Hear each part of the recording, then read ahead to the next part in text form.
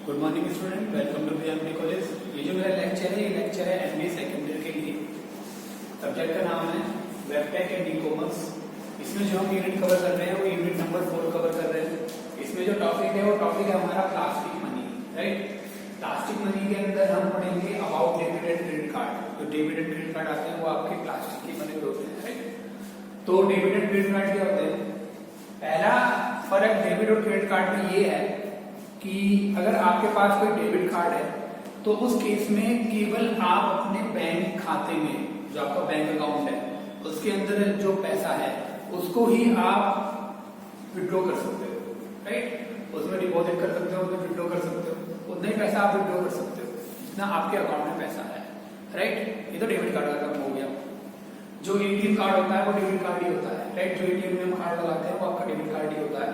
आपने देखा भी होगा कि आप जाते हैं किसी एटीएम के अंदर कार्ड लगाते हैं। कार्ड लगाने के बाद वो आपको एक पिन जो दिया गया है वो पर्टिकुलर पिन को पिन डालते हैं, अमाउंट डालते हैं। तो आपने जो अमाउंट आपके अगर अकाउंट में होती है वो अमाउंट, तो वो आपको एटीएम इतने पैसे निकाल कर आपको दे देता है। लेकिन बाई चांस इतनी अमाउंट आपके खाते में नहीं हुई, आपके अकाउंट में नहीं हुई, तो उस केस में वो पैसा नहीं देगा, राइट। ये तो हो गया डेबिट कार्ड। जो क्रेडिट कार्ड होता है, क्रेडिट कार्ड में ये होता है कि आपके अकाउंट में पैसा नहीं है लेकिन आपने उस बैंक से क्रेडिट कार्ड इशू करा रखा है अपने अकाउंट के बिहाफ पर। आपने क्रेडिट कार्ड इशू करा रखा है उस अकाउंट के बिहाफ पर, अपने अकाउंट के बिहाफ पर आपने क्रेडिट कार्ड इशू करा रखा है और आपके अकाउंट में पैसा है नहीं। तो बैंक क्या करता है, आपको एक लिमिट देता है कि आप महीने में इतनी अमाउंट बैंक से एज एन लोन ले सकते हो, बैंक से एज एन लोन ले सकते हो। आपके खाते में ये पैसा नहीं है लेकिन आपने क्रेडिट कार्ड इशू करा रखा है, लेकिन उस क्रेडिट कार्ड पे क्या एक लिमिट है। वो लिमिट 20,000 की हो सकती है, किसी पे 50,000 की हो सकती है, किसी पे 1 लाख की हो सकती है, किसी पे 1,20,000 की हो सकती है, इससे ओवर लिमिट भी हो सकती है, राइट। तो ये डिपेंड करता है आप पर और आप बैंक पर कि वो कितनी लिमिट आपकी मांगता है। तो 2-2 लाख की लिमिट आ रही है कि आप महीने में 2-2 लाख रुपए की ट्रांजेक्शन जो है अपने क्रेडिट कार्ड से कर सकते हो। तो वो जो पैसा आपको मिलता है वो आपका एक एज एन लोन बैंक आपको देता है और उस पर एक इंटरेस्ट चार्ज करता है जब आप उस पर पे करते हो। और कभी कभी ऐसा होता है कि पे नहीं हो पा रहा डेट पे, एक डेट आई उस पर आपको क्रेडिट कार्ड का बिल पे करना है, आपने पे नहीं करा तो एक बहुत बड़ी पेनल्टी वो आपके ऊपर लगाएगा बैंक आपके ऊपर एक बहुत बड़ी पेनल्टी लगा देता है। तो क्रेडिट कार्ड से जो पैसा आप यूज कर रहे हो वो एक एज एन बैंक लोन आपको बैंक दे रहा है, एज एन लोन आपको बैंक दे रहा है, आप उस पैसे को यूज कर रहे हो, राइट। और डेबिट कार्ड जो आप यूज कर रहे हो, डेबिट कार्ड में आप अपने खाते का, अपने अकाउंट का, खुद का पैसा यूज कर रहे हो। That is the biggest difference between debit and credit card. Both are called plastic money. दोनों क्या कहलाते हैं? प्लास्टिक मनी कहलाते हैं, राइट। अब यहाँ देखते हैं debit card and credit card each have advantages and disadvantage. दोनों के फायदे, दोनों के नुकसान हैं। The biggest advantage of debit card over credit card is that you don't need to worry about interest rate. जब आप डेबिट कार्ड यूज कर रहे हो तो उस केस में आप अपने अकाउंट का पैसा लगा रहे हो, अपने अकाउंट का पैसा यूज कर रहे हो, तो उस केस में आपके ऊपर कोई भी इंटरेस्ट रेट चार्ज नहीं होगा। Monthly bills and finance charges वगैरह कुछ भी आपके ऊपर नहीं लगेंगे अगर आप डेबिट कार्ड यूज कर रहे हो। Since the debit card uses only the money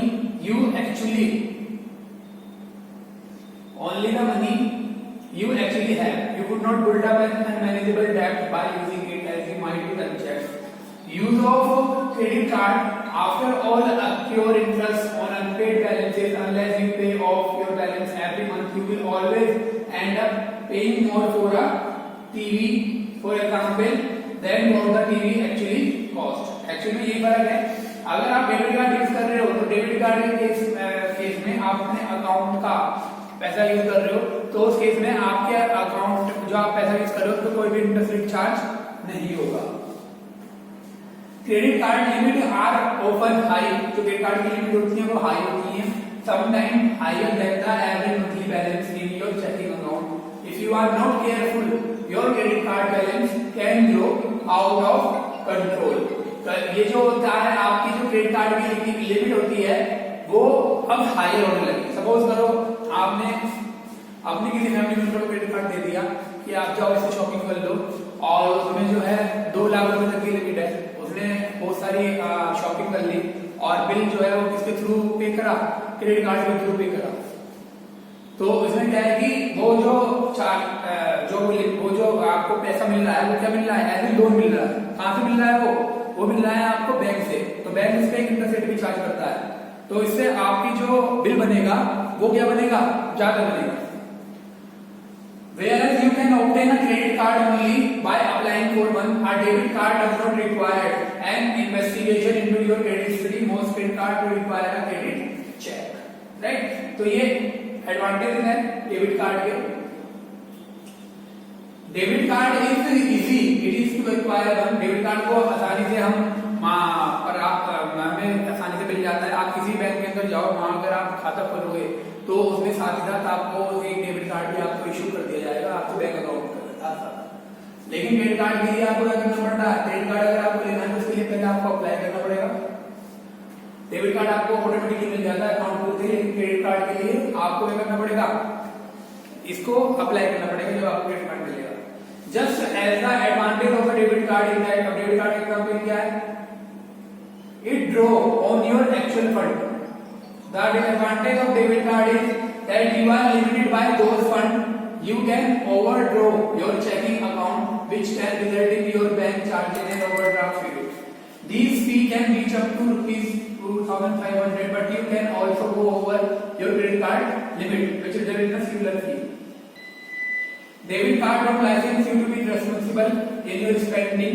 You should always keep tab on your transaction and account balance. Credit card में तो आप अनलिमिटेड पैसा खर्च कर सकते हैं, लेकिन जितना भी पैसा आप खर्च करेंगे उस पर एक इंटरेस्ट रेट आपको देना पड़ेगा बैंक को जब आप उसका बिल पे करोगे। लेकिन डेबिट कार्ड के केस में क्या हो रहा है, आपके अकाउंट से पैसा आ रहा है तो उस केस में कोई भी चार्ज आप नहीं लगेगा। अब एडवांटेज है क्रेडिट कार्ड के ओवर डेबिट कार्ड। पहला एडवांटेज है किसका, क्रेडिट कार्ड का over debit card is that they can help you to make very large purchases that would be otherwise impossible. इस अगर आपके पास क्रेडिट कार्ड है तो आप बहुत बड़ी ट्रांजैक्शन भी आसानी से कर सकते हो। आपको कोई टीवी खरीदना है, like plasma TV, you have been eyeing, but it is easy with credit card to feel like you can buy whatever you want. अगर आपके पास क्रेडिट कार्ड है लेकिन आपके अकाउंट में पैसा नहीं है, लेकिन आपकी जेब में क्रेडिट कार्ड है, तो जब भी आप वो चीज को खरीद सकते हो। तो ये फायदा किसका, क्रेडिट कार्ड का। A disadvantage of debit card is the amount of buying protection provided to you by law. Debit card transaction very much resemble cash transaction. The money changes hand quickly and it's difficult to get it back. If you want to return a unsatisfactory item you purchase with a debit card, many businesses will only give you an exchange of or store credit. ये इसका disadvantage है debit card का। तो ये कुछ फायदे हैं और कुछ नुकसान है डेबिट कार्ड का क्रेडिट कार्ड का। फायदा ये है क्रेडिट कार्ड का कि आपके अकाउंट में पैसा नहीं है लेकिन आपको क्या करना है, आपको कोई चीज परचेज करनी है तो क्रेडिट कार्ड का यूज करके उसे परचेज कर लो, राइट। तो इस चीजों को आप कर सकते हो। इसके बाद नेक्स्ट टॉपिक जो आता है वो आता है security issues in e commerce. E commerce में कौन कौन से सिक्योरिटी इश्यूज हैं।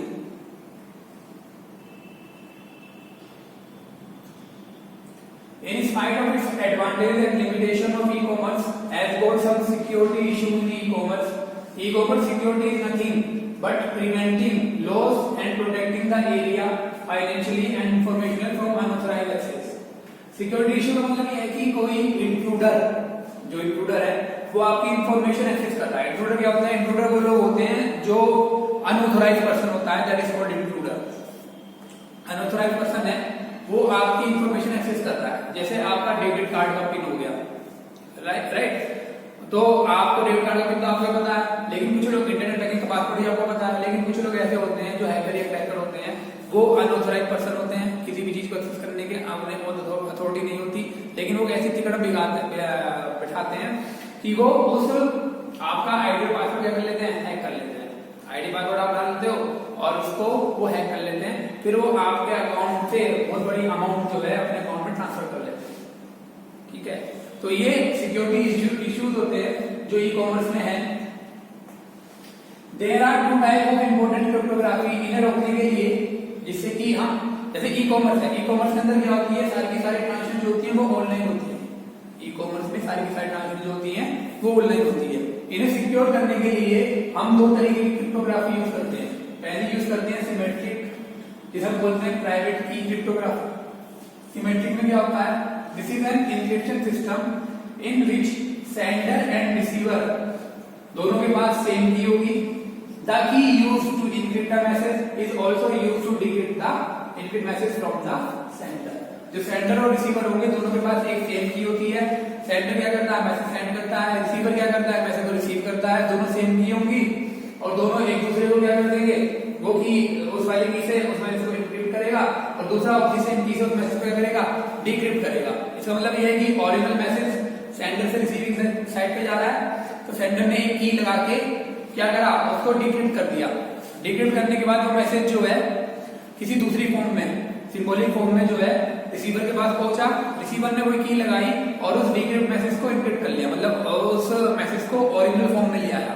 और इस तरह से मैसेज सेंडिंग जब रिसीवर से सेंडर के पास पहुंच रहा है तो उसी फॉर्म में पहुंच रहा है जिस फॉर्म में सेंडर ने रिसीवर को भेजा था, यानी ओरिजिनल फॉर्म में भेज रहा है, right.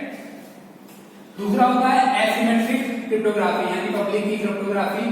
In this method the actual message is encoded and decoded using two different keys. One of them is called public key and other is called private key. Asymmetric में, symmetric में तो same की use होगी और asymmetric में दोनों different की use होगी। Security is an essential part of any transaction that takes place over the internet. Customer will lose his her faith in his business if its security is compromised. Following are the essential requirement for safe e-payment or safe transaction. अगर हम कोई भी transaction कर रहे हैं तो these are the basic securities essential, यानी आप कह सकते हैं सिक्योरिटी के बेसिकली ये पिलर है, राइट, जो होने चाहिए जिससे कि हमारी ट्रांजेक्शन क्या हो? सक्सेसफुल। ई कॉमर्स डिपेंड किस पे करता है? ई कॉमर्स डिपेंड करता है पूरा का पूरा सक्सेसफुल ऑनलाइन ट्रांजैक्शन पर। जो आप ऑनलाइन ट्रांजैक्शन कर रहे हो वो क्या होनी चाहिए? सक्सेसफुल होनी चाहिए, साथ साथ सिक्योर भी होनी चाहिए, साथ साथ सिक्योर भी होनी चाहिए। सपोज मैं कस्टमर रूम में आपकी आपने कोई वेबसाइट बनाई, उस पर आपने पेमेंट करने के लिए कहा और पेमेंट करने के बाद मेरे अकाउंट के साथ कुछ एक्सीडेंटली क्या हुआ, मेरे अकाउंट से कुछ मनी किसी और अकाउंट में ट्रांसफर हो गई ऑटोमेटिकली मेरे ना चाहते हुए भी, तो मैं फिर उसके बाद उस साइट पे कभी भी अपना लॉगिन आईडी पासवर्ड, अपना जो मेरा बैंक का ऑनलाइन आईडी पासवर्ड है उसे मैं कभी नहीं डालूंगा, राइट। तो किसी भी ऑनलाइन बिजनेस के लिए सिक्योर ट्रांजैक्शन होना बहुत जरूरी है। उसके लिए ये आपको कुछ एसेंशियल रिक्वायरमेंट है फॉर सेफ ई पेमेंट के ट्रांजैक्शन के लिए। पहला है कॉन्फिडेंशियलिटी। पहला है कॉन्फिडेंशियलिटी। कॉन्फिडेंशियलिटी का मतलब है information should not be accessible to an unauthorized person. Confidential का मतलब ये है कि जो इंफॉर्मेशन है आपकी वो किसी भी अनऑथराइज्ड पर्सन को एक्सेस नहीं होनी चाहिए। अनऑथराइज्ड पर्सन कौन हो गया? अनऑथराइज्ड पर्सन वो हो गया जैसे मेरा जो मोबाइल बैंकिंग का आईडी पासवर्ड है वो मुझे ही पता होना चाहिए, मैं किसी दूसरे आदमी को नहीं बताऊंगा और किसी साइट पे भी डालूंगा वो बड़े सिक्योर तरीके से डालूंगा और हर 15 दिन बाद मैं अपना पासवर्ड चेंज करूंगा। हर 15 दिन बाद या 7 दिन बाद मैं अपना पासवर्ड जो हूँ वो चेंज करूंगा। अगर मैं ये चीज रखूंगा तो मेरा पासवर्ड हमेशा सिक्योर रहेगा, मेरा पासवर्ड हमेशा सिक्योर रहेगा। तो हमें अपनी हैबिट, अपनी अगर हम जीमेल भी बना रहे हैं तो हमारे अंदर ये हैबिट भी होनी चाहिए, हमें अपने जीमेल का पासवर्ड हर 7 दिन के बाद चेंज करते रहना चाहिए, वो जरूरी है। That is called confidential. इससे क्या होगा? अनऑथराइज्ड पर्सन जो होगा वो उस इंफॉर्मेशन को एक्सेस नहीं कर पाएगा। दूसरा होता है इंटीग्रिटी। इंटीग्रिटी का मतलब ये होता है अगर कोई सेंडर से रिसीविंग साइड पर कोई मैसेज जा रहा है या डेटा जा रहा है तो वो ओरिजिनल फॉर्म से ही सेंडर से रिसीविंग साइड पर पहुंचना चाहिए, मतलब सेंडर से रिसीवर तक ओरिजिनल फॉर्म में डेटा जाना चाहिए, उसमें कोई भी ऑल्टरेशन यानी कोई भी चेंज नहीं होना चाहिए। इंटीग्रिटी का मतलब information should not be altered during its transmission over the network, right. Next है अवेलेबिलिटी। अवेलेबिलिटी मतलब information should be available wherever and whenever required within a time limit। Availability मतलब जो भी इंफॉर्मेशन है वो टाइम पर अवेलेबल होनी चाहिए। नेक्स्ट है ऑथेंटिसिटी। ऑथेंटिसिटी का मतलब है there should be a mechanism to authenticate a user before giving him an access to the required। जो ऑथेंटिक पर्सन हो, मतलब जो ऑथोराइज्ड पर्सन हो वो ही उस इंफॉर्मेशन को एक्सेस करे जिसे उसकी अथॉरिटी हो, अनऑथोराइज्ड पर्सन उसे एक्सेस ना करे, राइट। यदि किसी का बैंक अकाउंट है और इसका लॉगिन आईडी पासवर्ड है, तो जिसका लॉगिन आईडी पासवर्ड है वो भी एक्सेस करे, दूसरा उसे एक्सेस ना करे, that is called authentic, authentic कहलाएगा। नेक्स्ट है non reportability. Non reportability is the protection against the denial of order or denial of payment. Once a sender send a message, the sender should not be able to deny sending the message. Similarly, the recipient of the message should not be able to deny the receipt. मतलब sender से receiver तक message गया तो sender ये deny ना कर दे कि मैंने मैसेज भेजा ही नहीं, और अगर रिसीवर पे पहुंच गया तो रिसीवर ये डिनाई ना कर दे कि मेरे पास भी नहीं पहुंचा, तो that is the called non reportability. Next है इंक्रिप्शन। इंक्रिप्शन का मतलब इंफॉर्मेशन जो होनी चाहिए should be encrypted and decrypted only by authorised user. Encryption decryption क्या है? जब हम कोई मैसेज भेज रहे हैं तो उसमें एक इंक्रिप्शन टेक्निक लगा रहे हैं और एक डिक्रिप्शन टेक्निक लगा रहे हैं। वो क्यों? वो इसलिए लगा रहे हैं कि जो हम मैसेज भेज रहे हैं वो मैसेज ओरिजिनल फॉर्म में सेंडर से रिसीवर के पास पहुंचता है। सपोज आपने एक मैसेज भेजा, मैसेज कहां से भेजा? सेंडर साइड से भेजा। सेंडर साइड से जब आप मैसेज भेज रहे हो तो उसने इंक्रिप्शन टेक्निक लगा दी तो वो इंक्रिप्टेड फॉर्म में हो गया। इंक्रिप्टेड फॉर्म ऐसी फॉर्म होती है जिसे पढ़ा नहीं जा सकता। फिर उसके बाद आपने उसको नेटवर्क के ऊपर सेंड कर दिया, और जब रिसीविंग साइड पे पहुंचा तो रिसीविंग साइड पर रिसीवर ने उसके अंदर डिक्रिप्ट एल्गोरिथम लगा दी तो वो ओरिजिनल फॉर्म में आ गया। तो इससे मैसेज जो है वो ऑल्टर चेंज नहीं होता, उसमें कोई भी ऑल्टरेशन नहीं होता, दैट इज इंक्रिप्शन। नेक्स्ट है auditability. Auditability data should be recorded in such a way that it can be authenticated for integrity requirement.